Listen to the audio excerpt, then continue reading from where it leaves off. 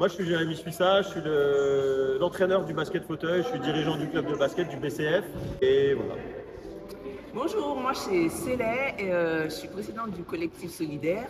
Je suis aussi joueuse de basket au basket club de Fontenay et voilà. Moi j'ai commencé le basket, j'avais 8 ans. Je voulais pas trop y aller en fait, c'est mon père qui m'a dit « Ah comme t'es grande, il faut que tu fasses du sport, allez on va faire au basket ». Et en plus c'était ici, à l'IND.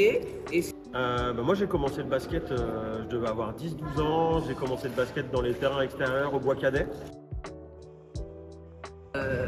Alors nous, avec le collectif solidaire, on a l'habitude de faire des initiatives dans Fontenay et on a eu l'idée d'ouvrir une section de basket fauteuil parce qu'on avait un adhérent qui jouait au basket mais il allait à Créteil et on s'est dit ça serait bien qu'on fasse quelque chose ici. Et comme moi je suis joueuse au basket club de Fontenay, je me suis rapprochée de Jérémy pour une sensibilisation qui avait lieu dans le cadre de Fontenay sous le soleil. Et du coup, j'ai dit, voilà, on va présenter le basket fauteuil. Et là, on s'est dit, en fait, c'est le moment, on lance une section fauteuil.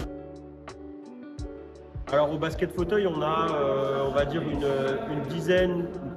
douzaine de personnes qui viennent régulièrement. C'est très mixte. C'est mixte hommes, femmes, enfants, vieux,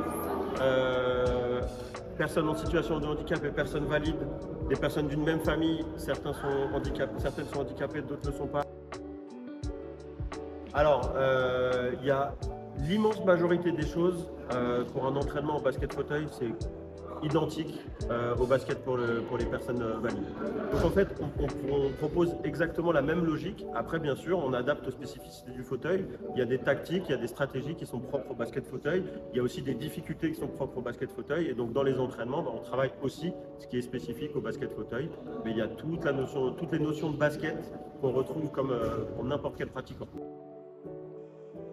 Avec le collectif solidaire, ce que nous on souhaiterait, c'est comme on a mis en place avec le basket club de Fontenay la section de basket fauteuil, ce qu'on aimerait c'est que toutes les sections qui le peuvent de sport aient une section de handisport.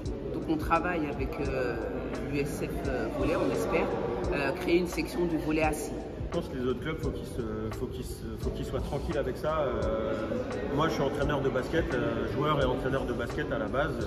J'ai jamais été formé spécifiquement pour le basket fauteuil. Bien sûr, si je devais entraîner une équipe professionnelle, en fait, je pourrais pas le faire. Il faut que je fasse des diplômes, etc. Mais par contre, juste pour ouvrir une section et faire découvrir un sport à des gens, il n'y a pas besoin non plus de miracle. Alors c'est vrai que nous, et ça aussi on l'a pas dit, et il faut rendre hommage un Fontenaisien que beaucoup connaissent qui s'appelle Samou, qui est maintenant dans l'équipe de France de volley assis.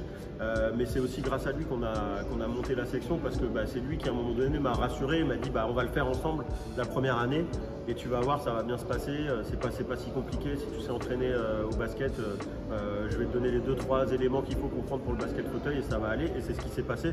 Aujourd'hui Samou il passe ses week-ends à préparer avec l'équipe de France les jeux. En fait comme il dit très bien Jérémy, voilà c'est il n'y a pas besoin de faire des tonnes de formation. Si on aime transmettre, voilà, ça roule tout seul, j'ai envie de dire. Exactement, magnifique, magnifique.